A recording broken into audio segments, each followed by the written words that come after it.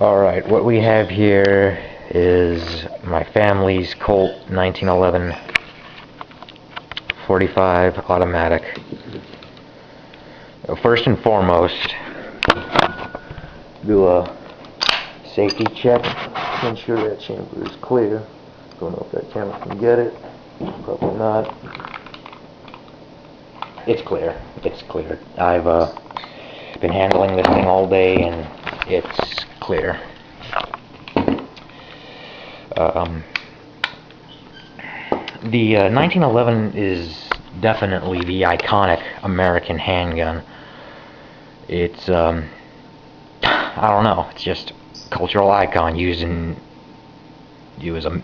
one of the greatest service pistols ever designed. It was used in a lot of entertainment media, films, video games, TV shows. In this day and age, there are all these brands of 1911s.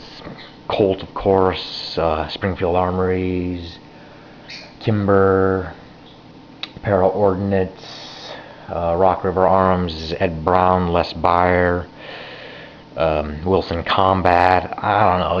There's just a whole list.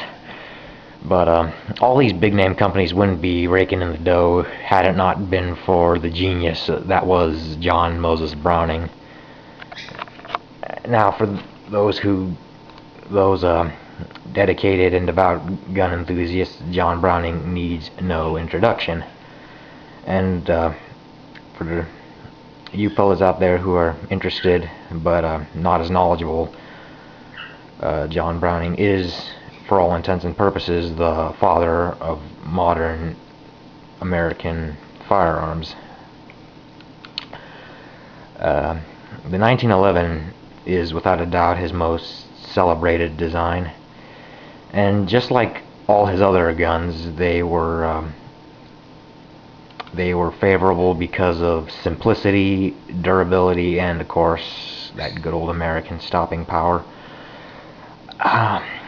This particular 1911, this is what makes this model very exciting, is that it's the showpiece among the few firearms that my family owns.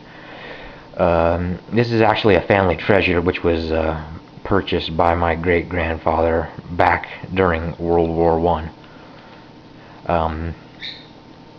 He bought it off a friend and comrade of his for about $11 or $13. We still have the original holster, 3 magazines, and Dad has the original receipt somewhere around here too. So this is indeed an original 1911 before the A1. As you can tell by the enlarged hammer, the smaller ejector port, and the smaller beaver tail. One thing that I think that's really curious about this particular 1911 is, unlike all the other original 1911s you see, this one doesn't have the diamond cutouts on the grips. And to be honest, I really don't know what the whole deal of this is. Dad told me that this gun was not customized. I'm sure some of you fellas out there who know more than I do could probably fill me in on this. If any of you can, please don't hesitate to say anything in a comment. I'm running out of time here. I really need to say what I want to. It still shoots extremely well. I tried it out for the first time last winter, and runs just as smoothly as it probably did back in the trenches. I actually do like these original sights, these fixed sights. A lot of people really don't care for fixed sights. They prefer like target sights with adjustable sights for like windage elevation, and that's perfectly understandable. Me, I'm kind of a traditionalist with these types of things, but they actually do serve their purpose. The sights work perfectly. I actually was able to stay on my target. Even got a perfect bullseye on one of my targets when I shot this thing first time. I think that was more so out of luck than skill, though.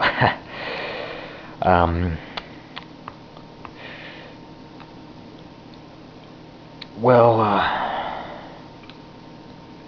this, like I said, this is a family treasure, and I did list all the original things we had for it, the holster, magazines, and yada yada. So, from what I've seen on like gunbroker.com and behind glass cases at gun stores, I would think that a piece like this and all its all the other goodies that we still have for it would go for a couple grand. 1911s are real top quality, high demand pistols, and so they usually range, have a really high price range. And in terms of technicality, 1911 is really easy to use. I mean, well, not as easy as a revolver, not as user-friendly. One of the things that made the 1911 such a state-of-the-art pistol for the time is it had 3 safety features. You got the half cock. What else? Oh, the grip safety. When the gun is in full cock, the trigger will not release unless the grip is fully compressed. I'm gonna dry fire here, so please be easy on me.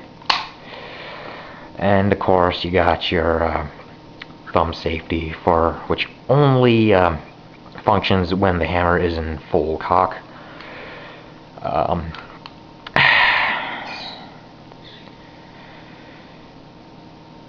1911 is the definitive .45 automatic handgun, no doubt about it. And that .45 has a lot of stopping power, maintains a slim profile, single stack magazine, and that's why it was phased out of military service. It's low capacity, only 7 rounds plus 1 in the chamber, whereas you know, its successor, the Beretta, only can hold 15 plus 1, which is that is quite a generous amount of ammo, but I don't know. I prefer 7 or 8 well-placed rounds of high-powered pistol ammunition as opposed to you know, 15 not as well-placed shots of lower-powered ammo. But I guess that's just the bit of nationalism right there. This is definitely my favorite gun out of all the guns our family owns. It's just such a pleasure to shoot. It's so exciting. There is a bit of if you're not holding it properly, there is a bit of hammer bite, and that's thanks to shorter beaver tail that was apparently fixed when they updated to the 1911A1. I'll get a field strip video in real soon. I know there are already a ton of takedown videos for maintenance and everything on YouTube, but I don't know, thought I'd just throw in my 2 cents there, and I'll try and have that up as soon as I can. Running out of time here, and I would just wanted to take this opportunity to show off this fantastic piece that will hopefully stay in my family for generations. For those of you who are subscribed to me, I hope I give you all something to look forward to when you see this, because I really enjoyed making this recording. And I'm almost out of time. Thank you.